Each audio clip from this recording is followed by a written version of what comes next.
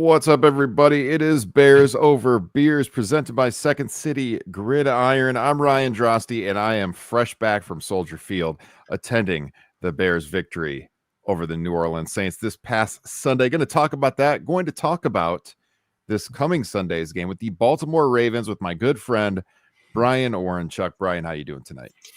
Fantastic, bro. 4-game win streak. Can't wait to hear about your game more. I know we were texting a little bit, but have not gotten much into it. Fascinated to hear how that went overall, the experience. Fascinated to hear if you saw what we as the viewers saw on TV in a lot of ways. And obviously we need to pivot to really an underrated battle going on this week, I think, because of the Ravens record. But it's going to be a slugfest, and I can't wait to get into that as well. Yeah, big game. Most of the country, from what I'm seeing on the NFL maps, is going to be seeing it on CBS in that early time slot. So huge audience. We don't know yet if Lamar Jackson's going to be playing or not. We will talk about all of that as well, of course. Help us out while you're here, you guys. Hit that like button. Subscribe to the channel. It's free. It helps out all the shows here at Second City Gridiron. You can find all of our written work over at windycitygridiron.com. And you can follow Brian and I at the socials listed right here under our videos, streaming live here on YouTube, X, and Facebook right now. So, Brian, look, it's Bears Over Beers. We got to talk beer right up from the start. Now, last week, we were drinking fine bourbon. We made it Bears Over Bourbon last week after the big win over the Commanders. I don't know about you. I did revert to beer again this week, but I'll let you start first. What are you drinking tonight? Yes, I did as well. And I'm going with an Oktoberfest. It is probably peak season where I'm at in Western North Carolina as far as the colors, the autumnal vibe in the Western North Carolina mountains. And so perfect time to break out an Oktoberfest. I can't say they're my favorite seasonal, but I love them, for what they are. And this is a really good one by Sierra Nevada. They actually collaborated with a brewery in Germany. I'm not even going to try to pronounce that, but I'll let you see it again. You can see it on there. And let me see here. Zoom out. I don't know if you can do it. Either way. There you go. Oh, there you go. Yep. And so definitely some good German vibes here for Oktoberfest. And, it's been a good October so far. Hopefully we get some good football weather this weekend and some good hitting going on. What about you, man? Yeah, so I was able to pick up some beer when I was in Chicago over the weekend, and I chose to go with one of those. So this is from, well, let me just show it off first on the full screen here for the video watchers. This is from Alarmist Brewing, which is right there in Chicago, and this is called Les Jeux Hazy IPA.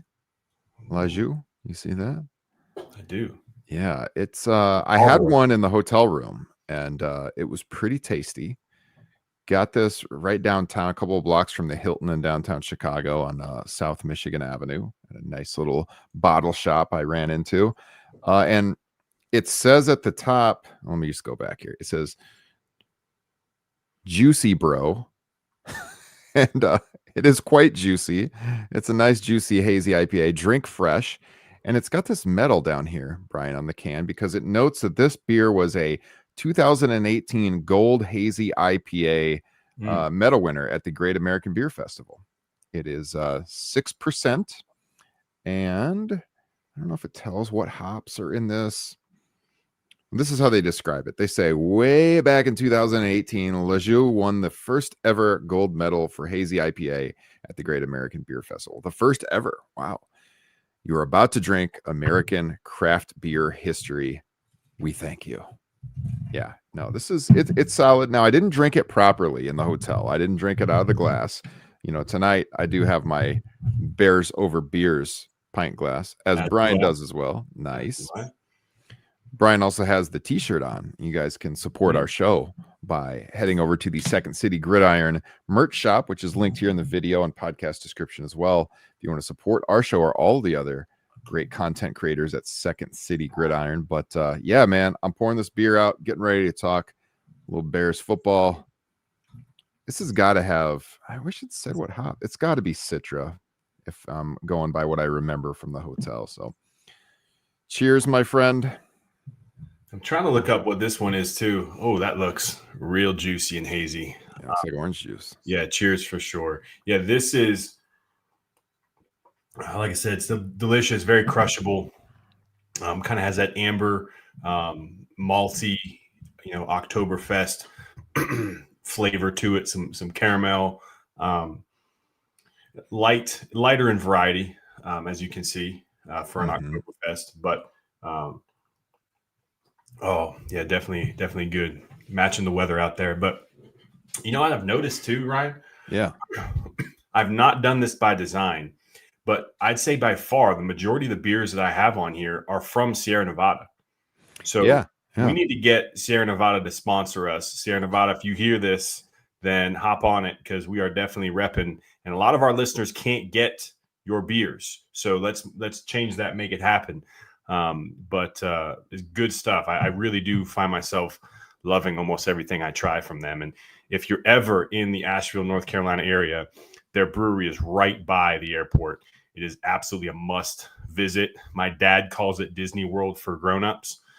It is fantastic, great experience, delicious food, and even better beer. But anyway, let's get to it. So can I ask the first question? Yeah. Ask away. All right.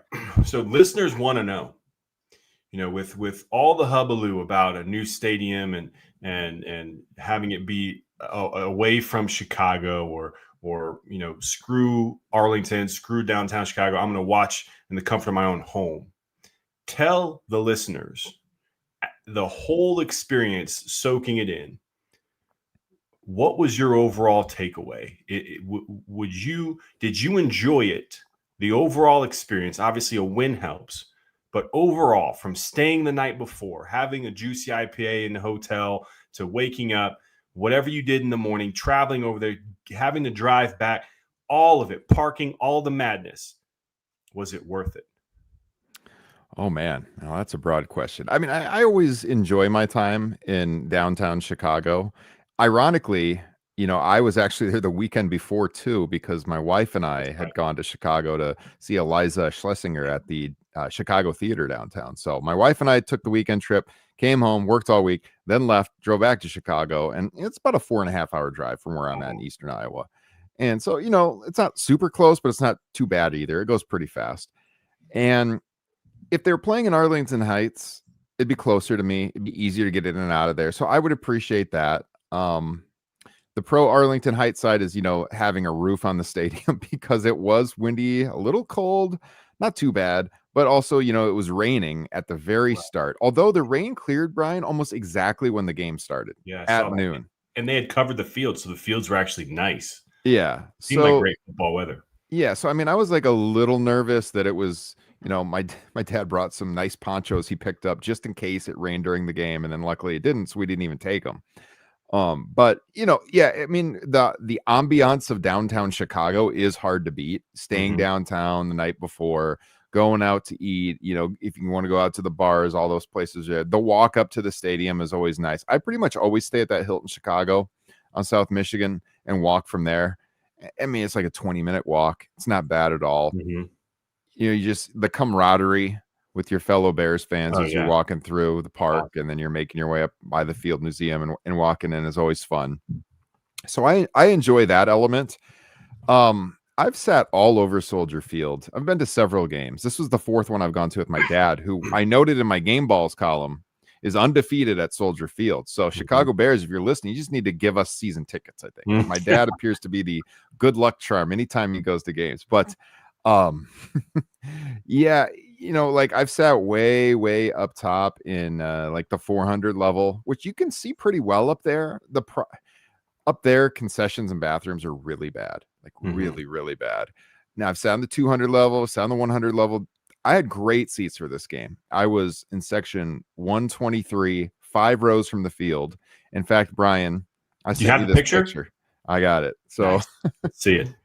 On this replay of the hit that Kyler laid out Alvin Kamara on, you can see me.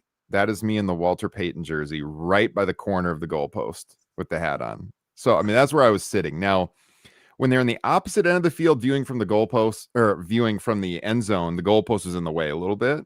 But when they're on that end, I mean, I don't know if I've ever been closer to. Oh no, actually, I have. I've been in the second row before for a game in New York when the Bears were playing there on Sunday Night Football back in 2010. But this is right up there, like the best seats I've ever had, and I Mhm. really enjoyed myself. We just waited, kind of on the concourse. We were covered until the rain cleared. We went down to our seats right when the game started.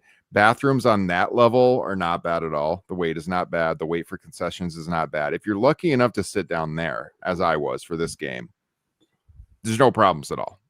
Really enjoyed myself. I can see why people sit up higher where I've been before too. We could complain about the concessions, but then I mean, yeah, you're walking after the victory. Everyone's chanting "Green Bay sucks" in the tunnel by the in the park, and you're walking back to the hotel areas, and that's always a lot of fun. I've stayed over in Chicago before after the games, and then like gone out to the bars.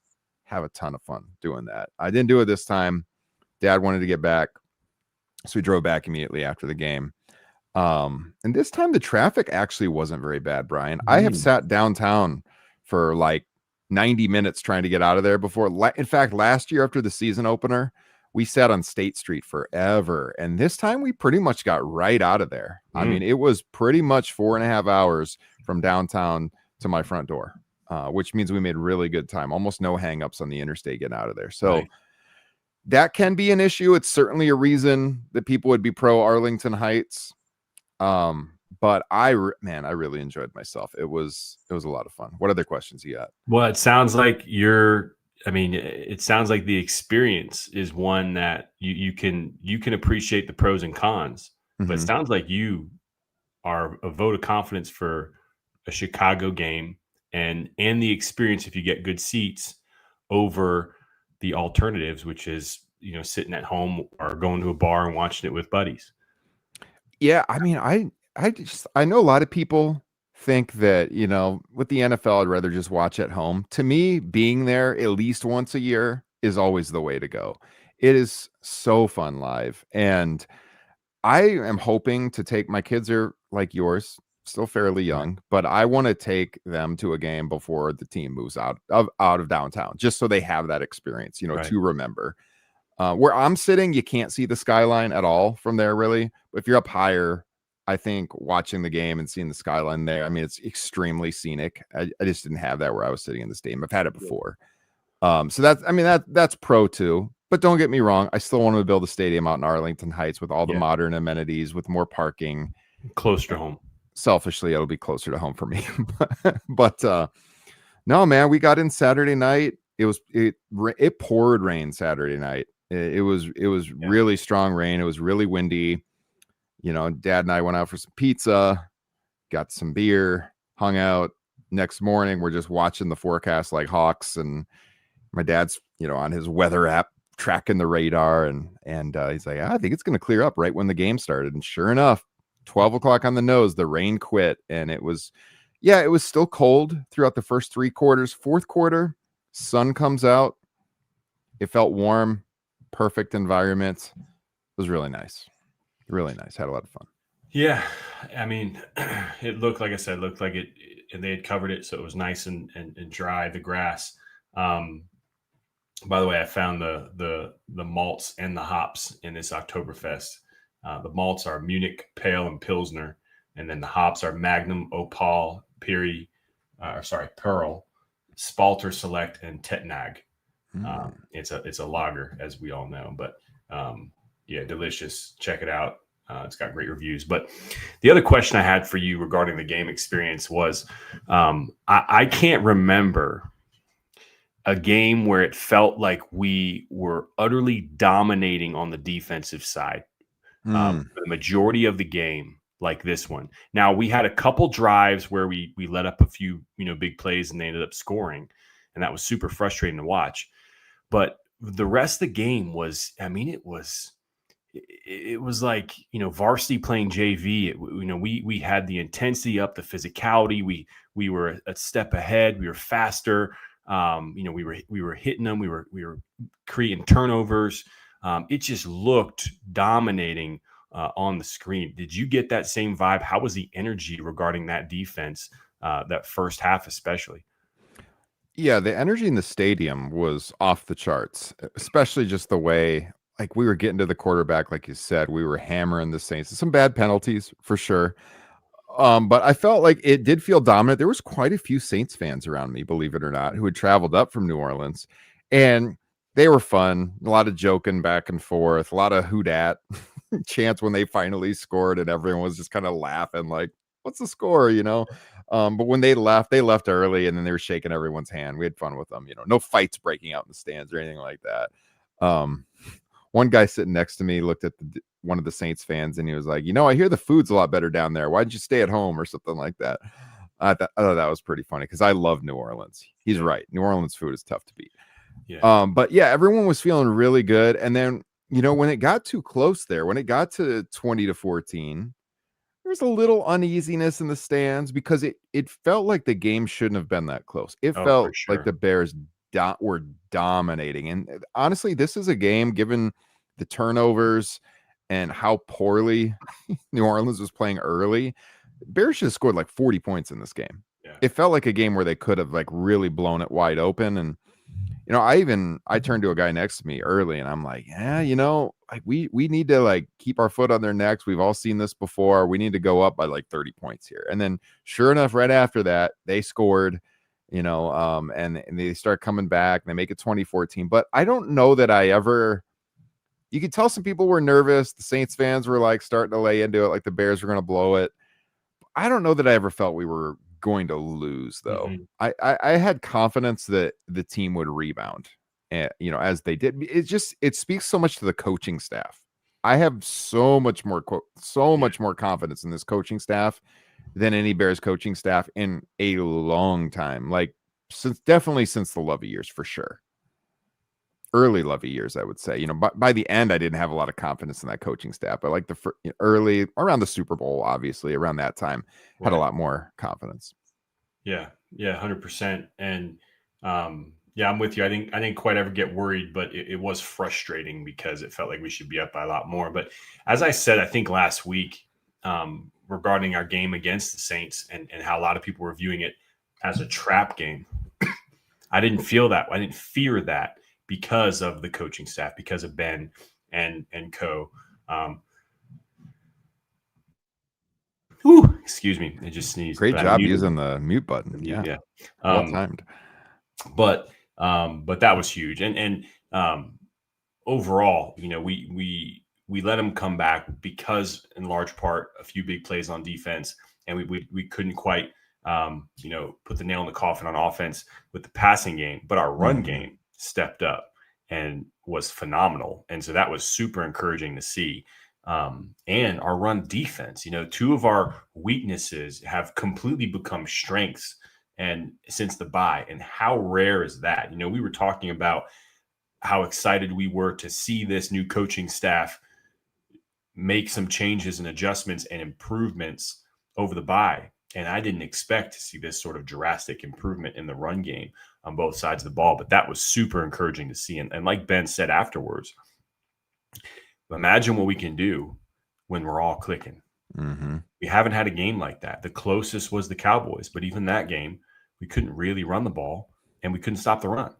Yeah. So, I can't wait to see. Hopefully we start putting it together. And I will say, this week, we're going to need to put it together against a hungry, desperate even Ravens squad with some guys coming back from injury. So, but the run game was huge. And I'm sure that was fun to watch as well, because there's nothing better than seeing some holes open up and guys run down the field, when the offense is on the field. I would definitely say that those seats Sunday were the best seats I've ever had for watching the run game, because I've sat in the end zone before, but a little higher up, and we were like nearly field level, fifth row.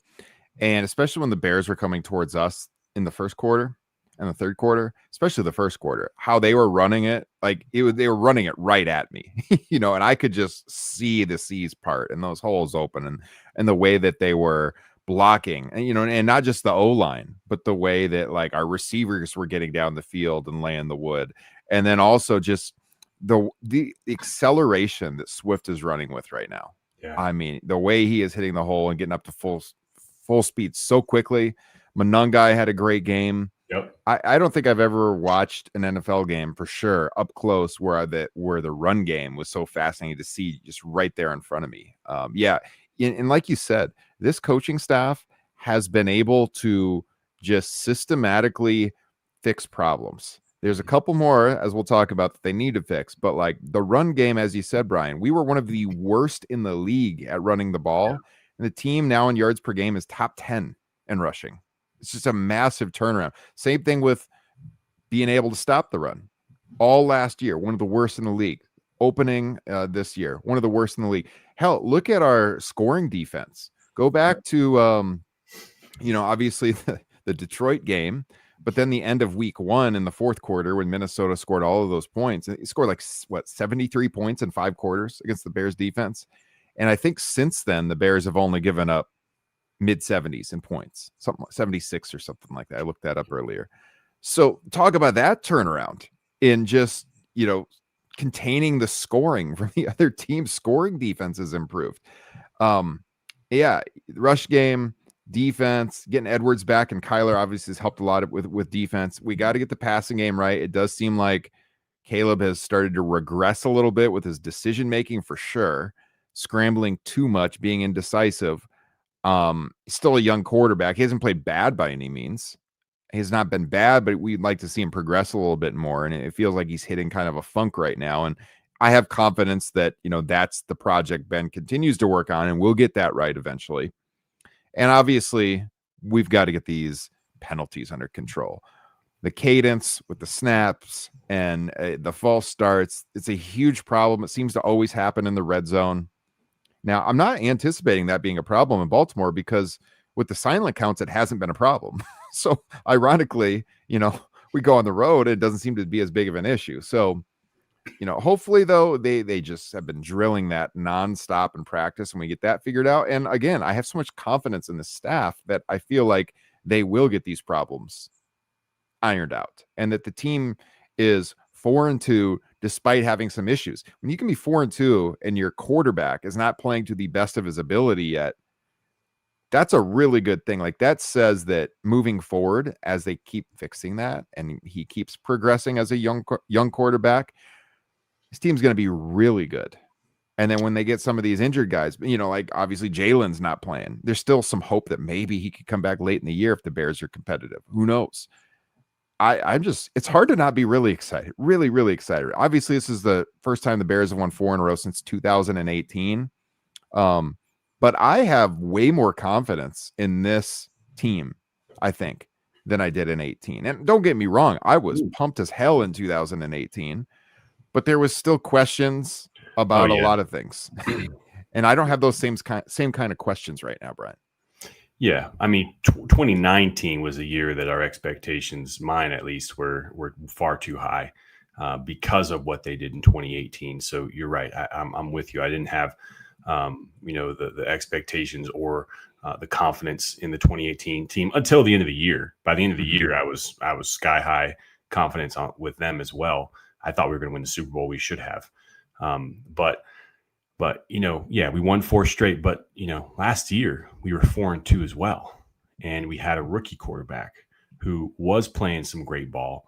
And obviously he's a year more in the system, but that's some of the where some of the trepidation lies, at least with me, and I know a lot of other fans, is you still have to stack wins, and at any point things can crumble if we're not careful. And you go back to Ben Johnson, the staff. That's where I have confidence in the staff more than our players right now when it comes to keeping our head on. Right? They have Ben was very clear. This is not a 1-5 team we're playing. As far as their talent is concerned, and their coach John Harbaugh has never had a losing season, and it's unlikely to start right now, especially if you get some of these key guys back. But yeah, how is it different than last year's squad? I think in order to really eliminate some of those concerns, we're going to need to win 3 of these next 4 games, honestly, I don't know that it's going to happen this weekend. I just see a desperate Ravens squad that I honestly am very high on still. I thought they were Super Bowl contenders coming into this year. and their losses, have mostly been to contenders this year. And so, when you have that first opening week's loss against the Bills, last second, that's their first loss. They destroyed the Browns the following week, which you never know. That's a rivalry game, but they destroyed the Browns. Came back, lost in a close one to Detroit, lost to the Chiefs. Both those teams are two of the hottest in the league right now. And then lost to the Texans. They didn't have Lamar, though. They also didn't have Lamar when they lost to the Rams, and that was a tight game. So, I think any fans that are overlooking this game or thinking they're too hurt or their season's lost, it's not going to be that. They're going to be desperate. They're coming off a bye. They're a lot more fresh. They've got a veteran coach. They got veteran players on both sides of the ball, all pros on both sides of the ball. So it's going to be a tough one, absolutely. And I'm looking forward to it too, because like I said, last year we were 4-2 as well. And we all know how that happened, how that ended up. Yeah, I think when you compare to last year, though, like yet again, they were 4-2, but I think not that this team doesn't have issues, but I think there was issues that we all saw with the team, like struggling to run the ball. There was issues with the OC even when we were 4-2. I mean, those issues went back to like OTAs. People were talking about like there's some issues going on here with Waldron. So, I don't know. It feels like a different 4-2 than last year, where like we thought they could go on a run. You go back and listen to the shows we did last year. We thought they could go on a run. They had a soft spot in their schedule, and certainly that game that we played over to England, things were feeling really good. But also the O-line we knew going into the year the O-line was probably going to be a problem, and they couldn't run the ball. I mean, and the coaching staff, people didn't know if Flus should be brought back. So it feels completely different than it did last year to me, at least. Yeah, no, I agree. I think it's different, and I have confidence in this staff. And spoiler alert, I'm not picking us this week, but I still think we're going to win the next couple games, and so I think we're going to still have a great season. I just think we're coming up against a Super Bowl contending squad, and I think. This is one of those games where I forget which game it was. Definitely the Lions game, somewhat the Cowboys in the beginning, but definitely the Lions game where we're going to see right away, what intensity is playoff football, and are we ready to step up to that? The Commanders was similar in a lot of ways, and obviously that was a pretty tight game, but. Again, you got some all pros on that side of the ball, and they're going to be ready to go and rested up. And Derrick Henry, he's going to be as healthy as he's going to be all year with Lamar finally. And, I think they're going to come out swinging. And if we can withstand some punches, I think we have an offense that can put up points. And I really think Caleb's accuracy issues need to be non-existent more than they have been the last few weeks. Because we're going to need to put points up, and we're not going to be able to do it, one-dimensional against this team, I don't think. But either way, man, this is what we want, still playing, meaningful football going in October and November, and obviously December is when it's real key. But to be where we're at now compared to where we were a month ago, is pretty nice. So, yeah, definitely exciting times, but any given Sunday, and I can't say it enough, this team is desperate, backed in a corner, and they're at home. So how are we going to respond is going to be huge. I can't wait to see. So you're pretty sold on Lamar playing this weekend then? Yeah, so I am. I don't think he's 100%, which obviously bodes well for us as far as his dual threat ability. And I wouldn't be surprised if he ends up re-aggravating and hurts it. I just know that their season is on the line, and they need this win. Now, granted, it's not a conference game for them, but he's had a few weeks to rest. I don't think he's the type of player where he needs the reps all week in practice to play. Everybody's kind of saying, "Oh, he was limited today," whatever. No, he might be limited all week and still play. You remember last year when we played against the Commanders, and Jaden Daniels was hurt for the week or so leading up to it, and he was limited. Then he played, and he played well all game. I think his was a rib injury. I'm not exactly sure that year, but similar. I mean, this guy's a warrior, and he knows how important he is, and he's not one dimensional. He's not just a running quarterback. Obviously, he's one of the most prolific runners to ever do it from the quarterback position, but he is also lethal as a passer. And oh, by the way, you've got future Hall of Famer Derrick Henry, taking handoffs as well. So, and again, they got some players on defense. They've got former All-Pro Roquan Smith, who's making his first game against his former team that drafted him. Yeah, ever. Which, by the way, speaking of Lamar, did you know Lamar has never played us before? Yeah, I saw that. That was it's bizarre. I couldn't believe it. I actually had to go do a little fact checking there, and it's right. He's never played us, but he has played a couple times Tremaine Edmonds, and they have split when Edmonds was in Buffalo. They split. One time Lamar won, one time Tremaine won, and Tremaine did get a pick against Lamar when they played the first time. So that'll be interesting to see. But yeah, they've got Roquan. I know he's kind of undersold the importance of this game to him, but he's always kind of been like that. If you've watched his pressers over the years, he doesn't give you much of anything when it comes to what he's actually thinking or feeling. He never has. Yeah. They got Kyle Hamilton probably coming back, who's one of the most dynamic safeties in the entire league. Marlon Humphrey should be back. They've got some players over there, so it'll be interesting. But yeah, I think even if Lamar does come back, I don't think he'll be 100%. I think there's a chance he re-aggravates it and doesn't finish the game. But again, this is a desperate team, very, very well coached like we are, in a system they've been in for years. So it's going to be tough. Yeah. Yeah, I'm just looking at the Baltimore-Chicago history because they've played 7 times since Cleveland moved to Baltimore and they became the Ravens back in the late 90s. Before you say anything, before you reveal, I feel like we always play them well. Yeah, these games are all pretty close. So in the 7 games that the Bears and the Ravens have played, starting in 1998, the Bears are 4-3, so they're up in the series.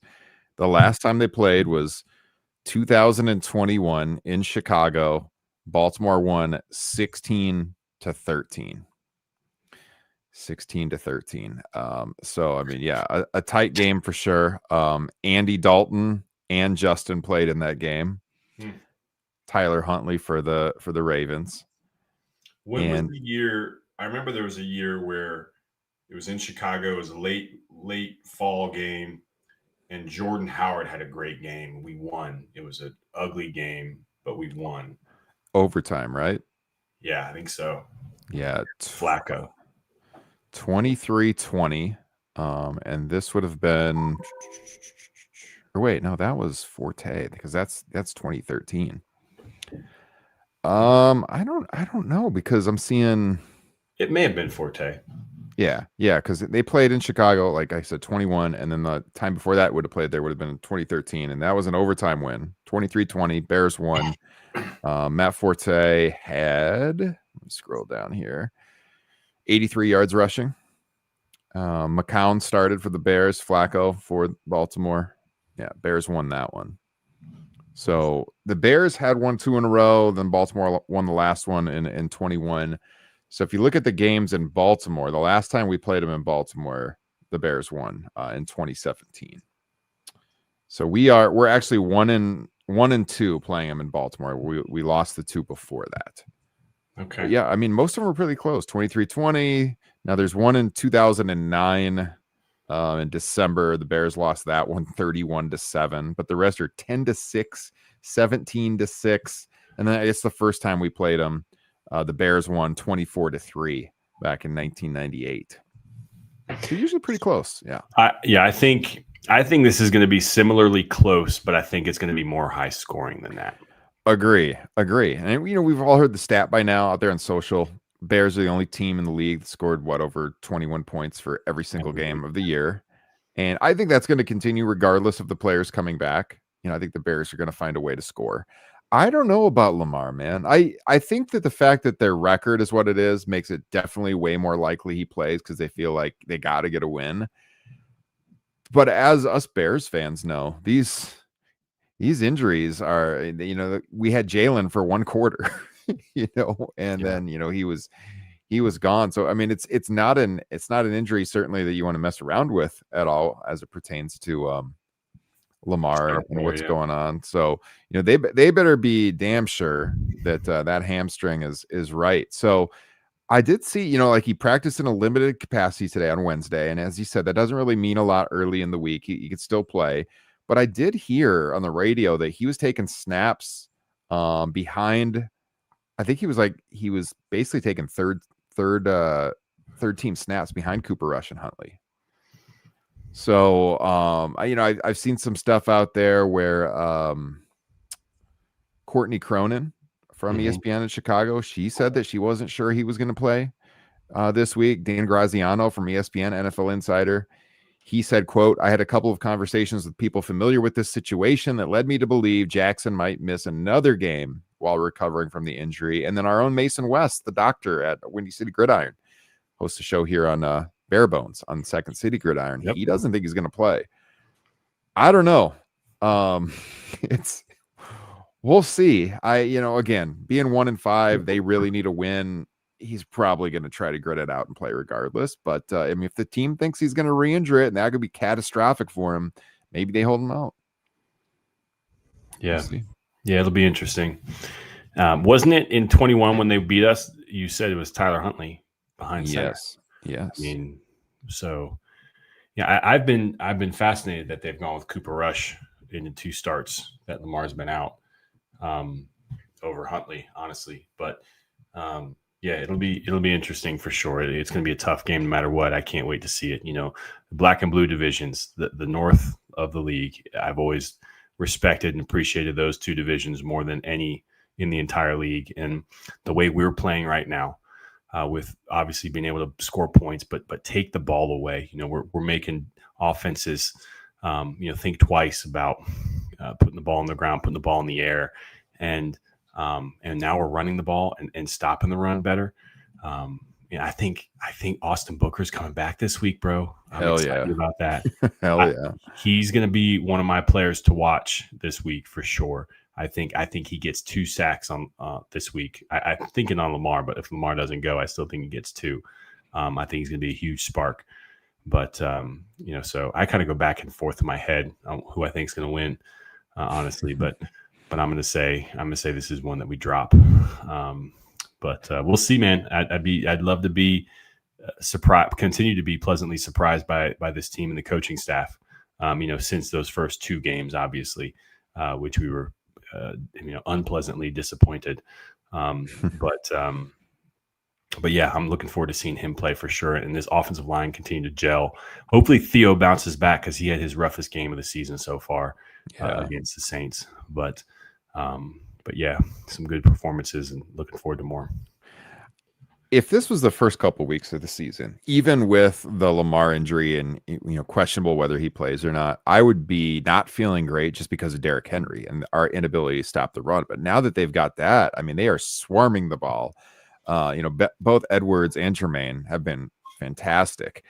And then, having Kyler back out there, I just feel I feel more confident. I feel a hell of a lot more confident than I was earlier. And even if Lamar has that aspect of his game of being able to run taken away, I still think this could be a really, really close game. I'm still thinking about it in my head as we talk. I'm not sure who I'm going to pick yet. I think this could be like a 3-point game, to be honest with you. And to your point about like the black and blue division and the North divisions and all of that, I wouldn't go so far as to say, Brian, that I have a second favorite team behind the Bears, but I will say that I always watched the Ravens a lot because I always felt like their team really mirrored us.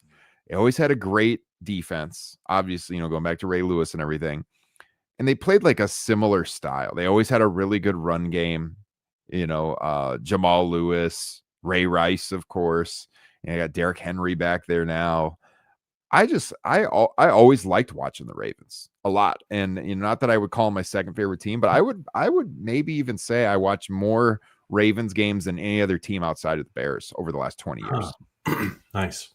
So I'm really really looking forward to this. Have you been to that stadium, by the way? No, I have not.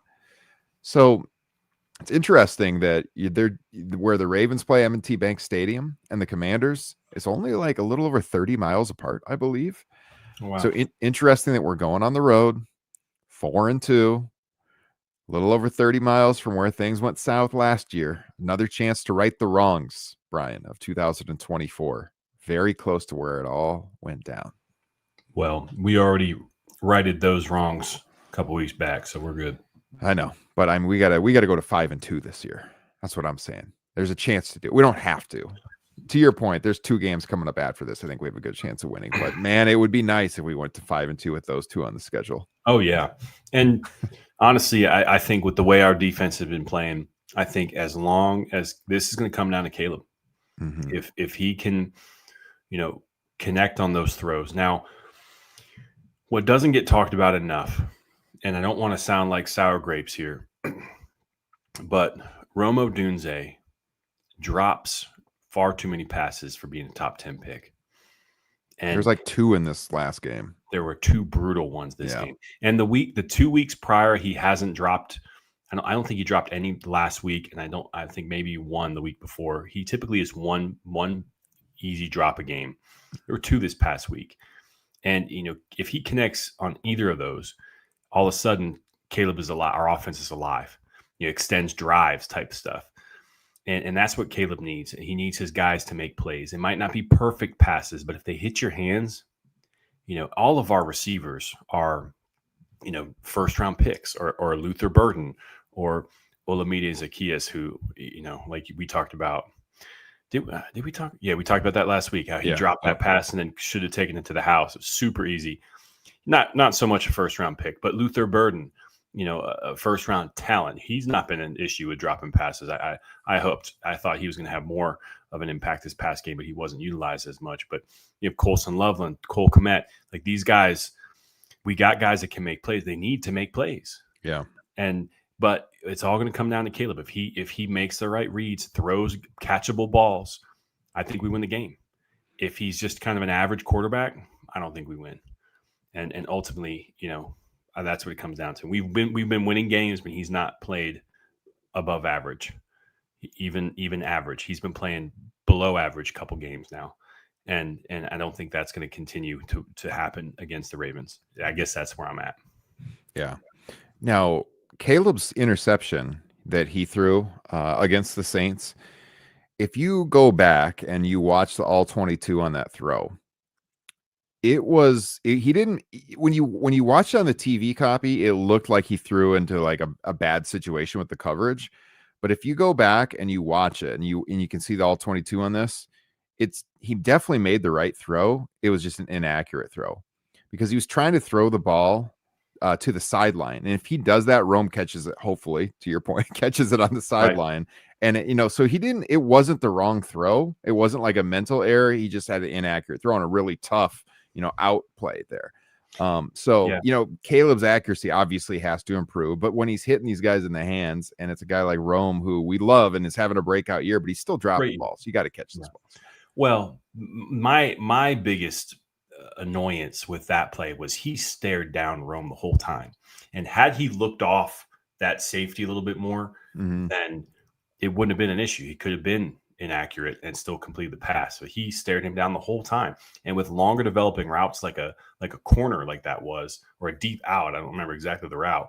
Yeah. That's you can't do that.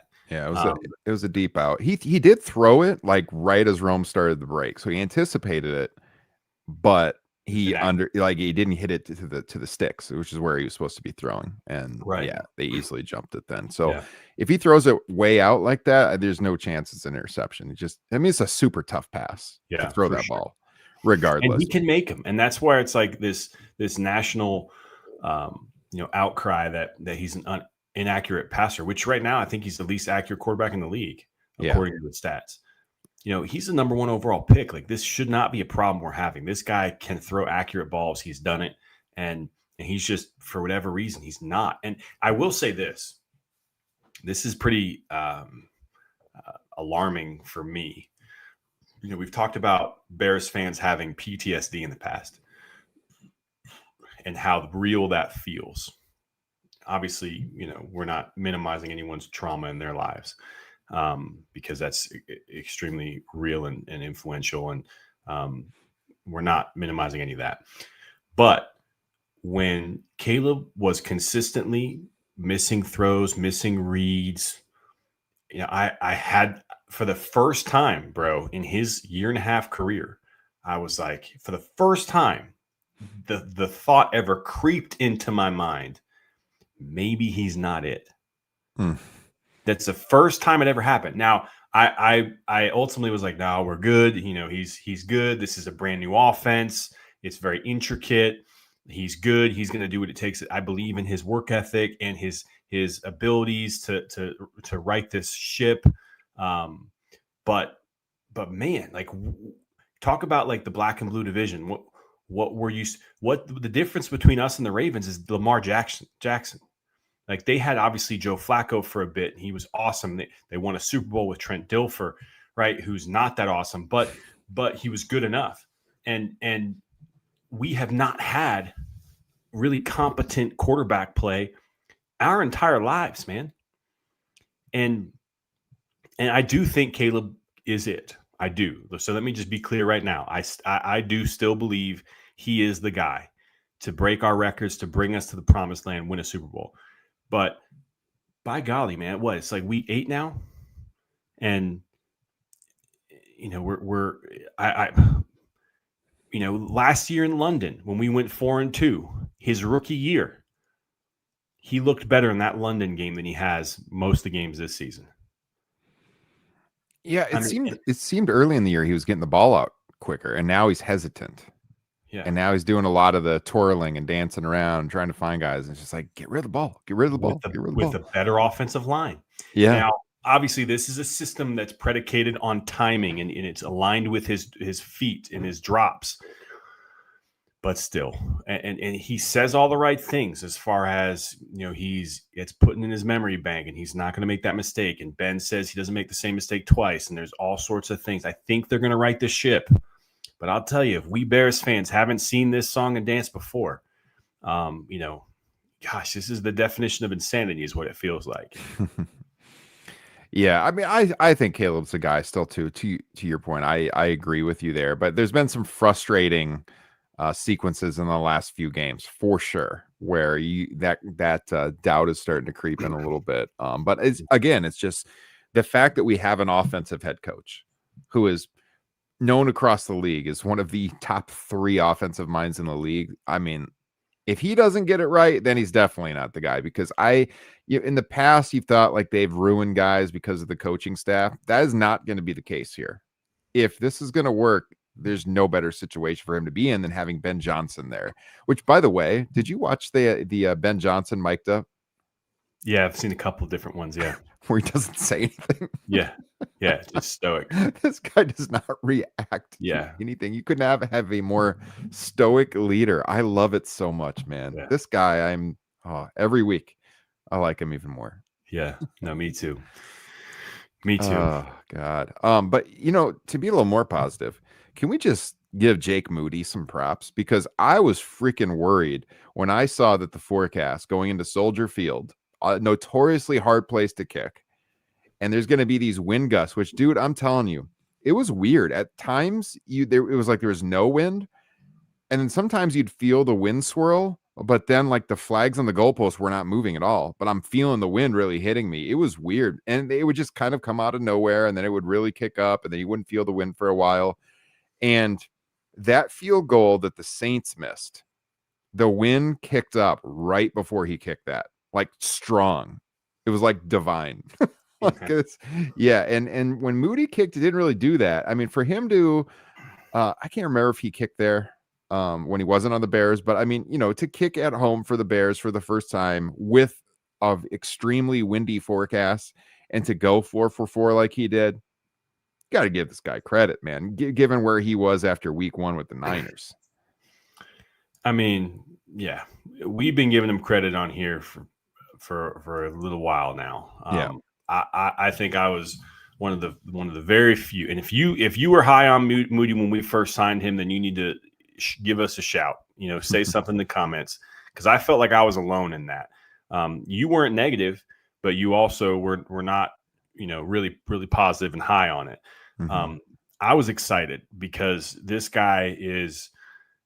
He's got the pedigree. I'm a big Wolverine fan, Michigan Wolverine, and that's a whole nother story for another day. But I loved him in college. I don't think any kicker should have gotten drafted on day 2, right? First 2 days, but he did, and he did not have a good pro career. He did not.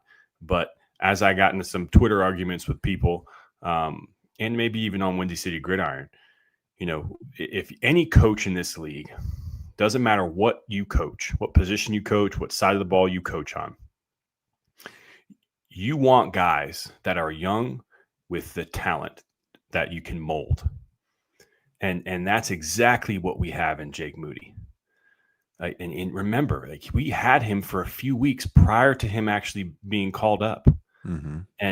And so that whole time, Coach Hightower and staff got a chance to see him up close and personal. And if he wasn't the real deal, he would have gotten released. He was only a practice squad guy, but we kept him and we continue to work with him. And you're right. He's gaining his confidence back. He's been doing it in big moments, at Soldier Field with the wind. And then before that Monday night, he's been making it count with some live action bullets, in critical moments. So I'm really excited to have him. We haven't even seen him really kick a long one yet, which is where his game, his forte really is that strength of his. And hopefully he continues to be more consistent on kickoffs. That's one thing I've been a little disappointed in. He hasn't seemed to be able to drop it right in front of the goal line. He started to at the end of the game last week, but early on he was giving them way too much. Either was kicking the end zone, get good field position, or he was kicking it too short and they'd get good field position. And so that's one thing I would say. But no, I'm loving it too, man. And I think we could have a kick of our future on our team right now. Yeah. Yeah, it's going to be interesting to see what happens when Cairo gets healthy. And we know Cairo is extremely accurate, doesn't have the leg, but Moody's been accurate too, and he does have the legs. Right. We'll see. But and yeah, I mean, also just guys to keep giving credit to, because you're right. You were one of the very few people that was really high on the Jake Moody signing when it happened. You also, coming into the season, were way more high on Tremaine Edmonds than most people. And Edmonds is having a great season, like top 10 in the league in tackles right now, every single week, just stacking up that stat sheet. And then also, we joked about on the show, the vanishing Montez Sweat, but man, he showed up the last 2 weeks. We talked about how last week maybe didn't show up as much on the stat sheet, even though he had a forced fumble, but he was like getting in there all the time against the Commanders and causing havoc. And again, caused another fumble this week. I mean, he's showing back up now. And that's really encouraging to see, especially if you can add an Austin Booker and he can bring to the table what we think he can. And that, as you've often said, the Mark Anderson role from back in the day, and come in there and get some sacks and taking even more pressure off Montez. And then Montez can lighten up even more. I mean, lots of things to get excited for here. I don't want to sound like too much of a homer, Brian, but we got to give these guys some props that deserve it. Oh, man. And you're not even talking about DeAndre Swift. You already mentioned Kyle Monungai having a career day. He looked awesome. And I think our run game is going to continue to do that. And, oh, by the way, did anybody remember we have a top 10 pick as an offensive weapon that was thought to be just kind of a agile, skill tight end, and is pancaking folks out there? Dude, like, oh, my God. Yes. If there's one way to endear yourself to Ben Johnson, it's to block the ball. And he's been doing that. And I think he's any day now is going to have a big week and remind people why he is. In fact, I think he did already. That third down conversion, it was a long conversion. That might have been towards your direction. I think it was, but it may not have been. It was like a 3rd and 7 or 3rd and 8. He ran a great route on the DB, got open on the sideline. It was not an easy catch. He had to full extend his arms to catch it with his hands, and then get his feet down inbounds as well. Like that was a beautiful catch, and that's not one I think Cole Kmet makes. That whole play, I don't think he's open enough to make that catch. But so he showed it last week in extended playing time. I think he's another one that I think is going to step up moving forward. I thought Carl Granderson might want to get in a fist fight with him because, dude, he lit him up a couple of times. Once on the Monangai touchdown run, I think he came across in motion and hit him. He hit him on Roquan's one run, that 11-yard run. Yes, like, oh my God, Roquan's out there. He got a carry and ran for 11 yards, and that's the one he pancaked him on. Yeah, nice. Yeah, he's hitting dudes. You absolutely love to see that. So yeah, I mean, even when he's not getting the balls thrown to him, he's still making an impact. Yeah. So, should we make our picks, Brian? Let's do it. All right. I'll do it. I'll be the homer. I'm going Bears 31-28. Yeah, you go first. All right. So 31-28. All right. Yeah. I say 30-27 Bears. I'm flipping back. Oh yeah. Look at that. My homerism rubbed off. Yeah. Either that or the Oktoberfest. We'll give it to you though. And by the way, you talking about the Jordan Howard game. I was clicking through here a second ago and I found the game you're talking about. So it happened at Baltimore, but I for sure this is the one that you're talking about. So in 2017, because in that game, Jordan Howard rushed the ball 36 times for 167 yards. Yeah. And the Bears won 27-24. And that was in like overtime. a late November, December game. October 15th. Okay, might have been October. Around this time of the year. Around this time. But it was fall weather. It was muggy out. It was muddy. He ran about 30 times. You don't see that anymore. Mitch only had 8 completed passes in that game for 113 yards, 1 touchdown. Jordan didn't get in the end zone though. 167 yards rushing, no touchdown. Didn't matter. I mean, I remembered him in that game. Yeah. 27-24. That was the Bears in 2017. That's our in only Baltimore. Win in Baltimore. Yep, that's the last time they played out there. Yeah, 2017. So, yeah, man, we will be back to talk about it, whether it is the 5th in a row or, the first loss in a while. But, even if we lose, hopefully we're feeling good about what we see. It's a tough game. It's a tough environment. And, coming after this game, we're going to have at Cincinnati. We're going to have the Giants at home. We're going to go to Minnesota, Pittsburgh at home, and those some winnable games right there. 100%. So this has been fun, Brian. As it always is, this is my happy place Wednesday nights talking Bears with you and the listeners. So, yeah, guys, let us know what you think. You can hit us up on Twitter at Bears Over Beers. Brian's at Brian Orenchuck. I am at Ryan Drosty. As I said earlier, support the pod with some merch. You can get that merch over at the Second City Gridiron Shop on 4th Wall. I will have the link here in the description for you. And also, some Bears Over Beer stickers are coming your way. And next week, I will reveal how you can get a Bears Over Beer sticker, which I will send you in the mail. So I'll tease that for next week's show. Nice. Sweet.